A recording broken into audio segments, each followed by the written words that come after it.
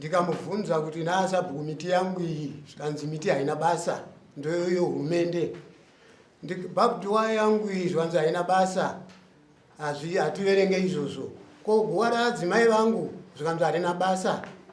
Saka zvakandirwadza Changamire, ndesake ndakauya kuno kuti ndizvozvo here zvinoitwa kuti munhu kana agara 18 years to 15 years anonzi hazvina basa zvese izvozvo. Right. Ndosabhukira. Manzo zvataura munobhuku mei. Tipireti. Sekuziva kwangu nyaya iyi yakatongwa neWadiko. Kanzela netimu yake ndiyo vakatonga nyaya iyi. Vatonga nyaya iyi, baba vanga vasipo, vanhu 2 vakatongwa, baba vanga vasipo. Ndobva ndatumwa neWadiko kuti kana baba vauya ndizoenda nemaminutes ndizovatsanangurira nyaya iripo. Ndakaenda zveshuwa musi wa26 ndikasvika ndikataura navo, takatowirirana zvakanaka, tikasainisirana pasi masignature, tikatopedzerana nemuridzi womunda wacho, tikatopedzerana zvokuti zvokutondishamisa nyaya iri kuno, nyaya ikatopera kare.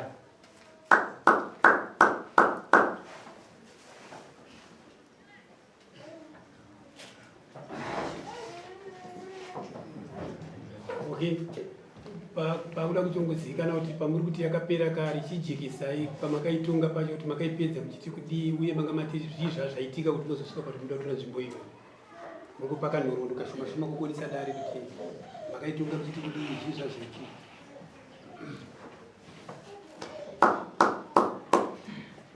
Nyaya yakaitika ndeyekuti Sabhuku vanga varipo pamashure, vakabvisa munhu anonzi Mudenza pamunda pake, vamubvisa pamunda pake ndobva vamuendesa pamunda pemunhu, munda womumwe munhu, ndobva vagadzika varume vandobva vapiwa masitenzi vari 2, vapiwa masitenzi aya. Ezvinezvi nyaya iye ndobva yadzoka muridzi womunda uye pakaenda kugadzikwa munhu wemunda uye pakagara apa, ndobva munda uye ndobva nyaya iye yataurwa ndobva vatorwa. Saka ava vakanga vatorerwa munda ndobva vati nino ndakuda kuchidzoka pachi munda kwangu kwandikakushiwa kuwe. Nyaya iyeyi ndobva vauya kwandiri nini, ndobva ndaona kuti nyaya ndikuitadza, ndobva vaenda kwakanzera. Vasvika kwakanzera nyaya iyeyi ndo pakakaitaura nyaya iye vakusha, ndobva vatiwo vanhu pamusha pamunhu, munhu haabve pamusha paakagara, asi kungoti pachangodamburwa, pachangosiyiwa nzvimbo yokuti vanorimawo vachidya, podamburwa uyu kuti akatorerwa munda awane pekugara, awane pekurima. Ndo maziviro yandinoita.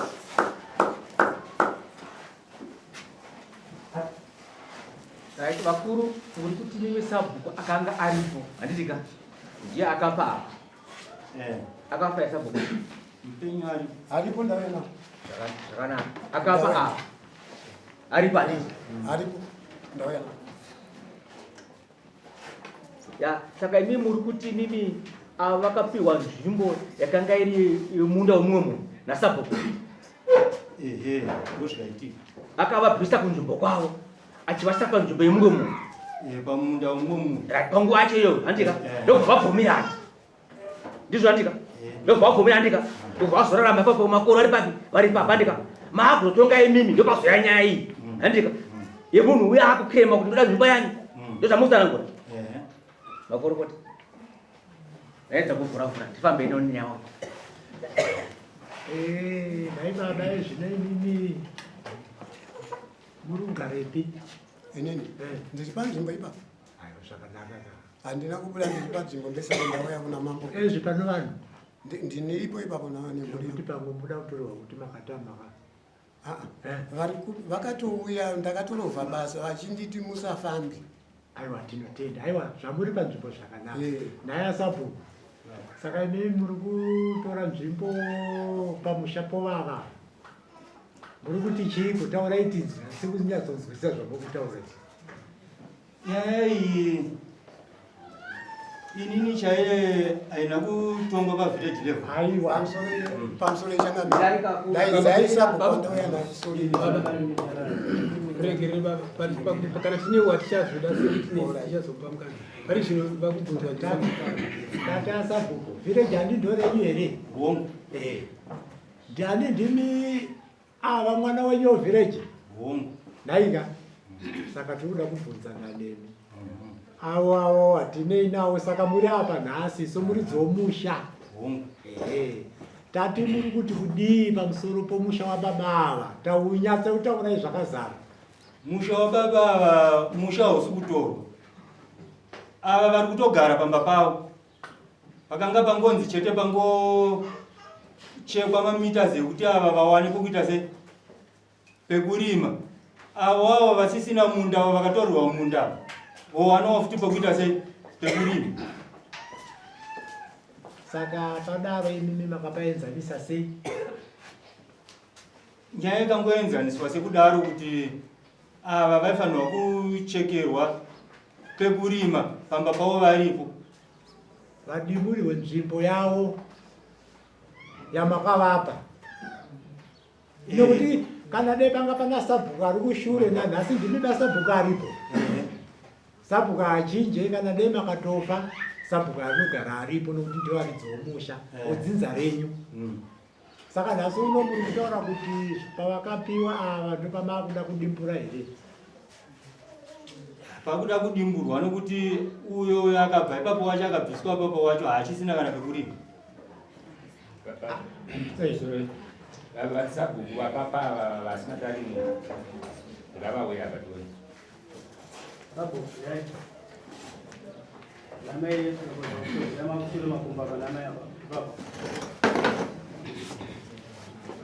Vakamirawo pashaika ere ndoda kupira mashoko andakaita kumashuruku ndichitira naSabhuku ndiri sekitari wacho ini. Atengi. Wabereki kana mashaka kugara mundonde yupanzi Ndine makapa ava pekugara. vavagarikana Mungu mapiri atikaita ava pokugara. Mukomana uyo akauya kuna Sabhuku ndiri sekitari wacho ndini. Akasvika kuti iye ndakuguta kuti ndimukapa pokugara Mungu takawapa. makava pokugara. Mapato avo nemaboundaries panoperera.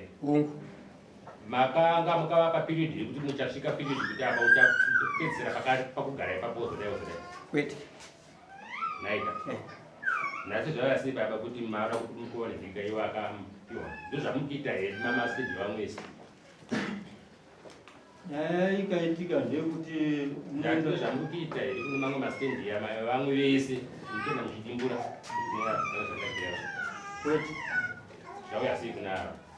inyaya ikangotangawo pavari ipapo kwete kune kungomuka nokungoti taada kutanga kuti ungomuka tanhasi Wabereki musaita noizi kungomuka chete kutoro zvanhasi maseni ungofuma chete kuti takenda payani kuvava kuti tivadimbure zvakangotangira pana ivava. Inyaya ikatongotanga kuti titaure marizeni maviri mamuda kuti maviri chete asina kuti maviri kuti tavakuda kuvadimbirira apa vamusati pezvakati zvakati vangatikwa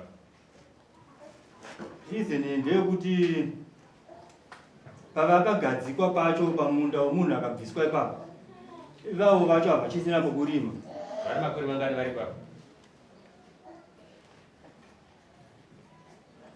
havasisina pokurima pavakagadzikwa ivo vacho havasina kurima vaimborima pari. Munda wavairima wacho wakatorwa. Saka ndisanga mada kutorera wavo. Saka zvikangoita kakita kunge kakuroteta kudai.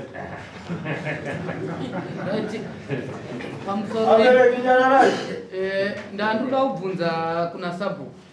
Ndanzwa mataura zvakanaka makati nyaya iyi haina kuitwa nemi, yakaitwa nekomiti yakansela. Ndanzwa zvakanaka ndizvozvo? Hongu ndizvo. Village renyu rinotongwa nani? Neni. Kansela akapinda papi pakubvisa panzvimbo iyo yamakavapa imimi saSabhuku? Zvinoita nyaya dzakanetsa dzikandikurira. Magariro atakaita isusu pachikama saka dzimwe dzenguva kwada kunhengera vamwe vacho vanenge vachitaka kunyozera nenyaya yeukama. saka ndo zvikazosvika nyaya ndada kuita but panokamwe kakunyozera kazoita kuti amai vavo vaida munda ivavo vazosvika kuzoenda kwakansela ikoko. Imimi ndokupa matendera kansela kuti auye kobvisa. Nokuti apa kana ndisina kukanganisa kunzwa muri kuratidza kuti ava havasi kuda kubviswa nemisabu, vada kubviswa nakansela pamatsananguriro enyu. Imimi hamuna kuzviisa mukati pakuti muripo pakubatsira kansela nekomiti yake kuti vabvise baba. Mati izvi zvakaitwa nakansela nekomiti yake. Inini ndirimo mukati, asi kuti nyaya iyi yakazoita imi mamumo mukati ndikugadzirisei zvakanaka. Varitorimo mukati ndikansela nevanhu vake, imimi ndimi muri kutokonzeresa. Kansela havambouya kuvillage kwenyu vasina munhu avaendera kuvapa nyaya, ende kansela havaienda nekuda kwevava chete, aitoenda nekuda kwenyu. Akaendesa ripoti ndimi muine chinangwa chekuti avabviswa. Akaendesa ripoti ndamai varidzi vomunda ndo vakaenda kwakansela, ndikatonyorerwawo tsamba nakansela ndiye akatondinyorera kuti tine nyaya yatinayo kuvillage kwenyu. Kureva kuti imimi hamuna mazwi aisapota babava saSabhuku kuti maitenderane nzvimbo yavakagara. Nyaya ndinenge ndiri pakati nepakati, saSabhuku ndiri pakati nepakati, hapana asiri mwana wangu kana munhu usari muvillage. Amai vava vaimbogara kupi? Mazvipindi mumudhoma wega. Ava varipa chazosaka nhasi zvizopidigukai vachitombogara ipapo, ava vakagara apo. Ava vagara magara makore mangati vavo? 2002. Kusvika nhasi tiri kutaura zvekuma 22 years. Nhasi mavati chibvai chipwanyai. Information yemagariro yababa Sabhuku aiva wekutanga uyu makambotaura naye? Vakatoitika nyaya vanotoramba kuuya havauya. Aiwa kachero vakasauya, imimi saSabhuku mune tendero yekunogara nawo pasi muchibvunza mafambisirwo kana magarisirwo avakaita. Imimi nyaya yacho oraiti kuti muzogadzira nyaya imimi muzoona kuti baba vane mhosva kana kuti havana mhosva vanofanira kubviswa kana kuti havana kubviswa. Munenge mazviwana kupi kana muchiramba information yakavagadzika ipapo? Information ndinotoenda kuna baba vangu vachitondipa information ndichitotaura. But kana paakuda kuzogadziriswa nyaya dzacho manje ivo havazobvuma kuuya manje, vanoramba kuuya. Asi bane information.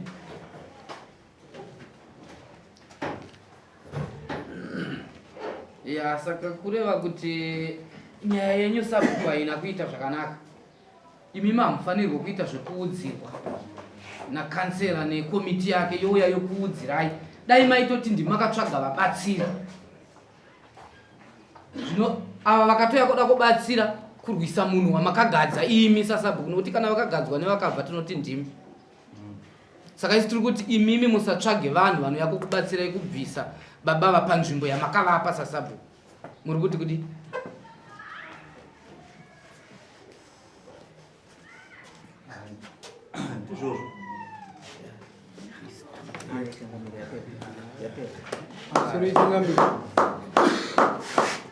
Nyaya iyi yakwamuri yamirira judgment. Maita basa Sabhuku kuti makabva kuno nhasi ene munodzorera ava pamaita kuvatorera zvokunzwika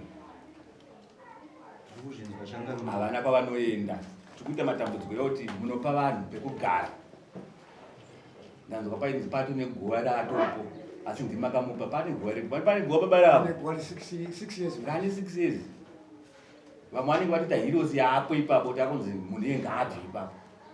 Pachivanhu chedu hazvitenderwi izvozvo Sabhuku.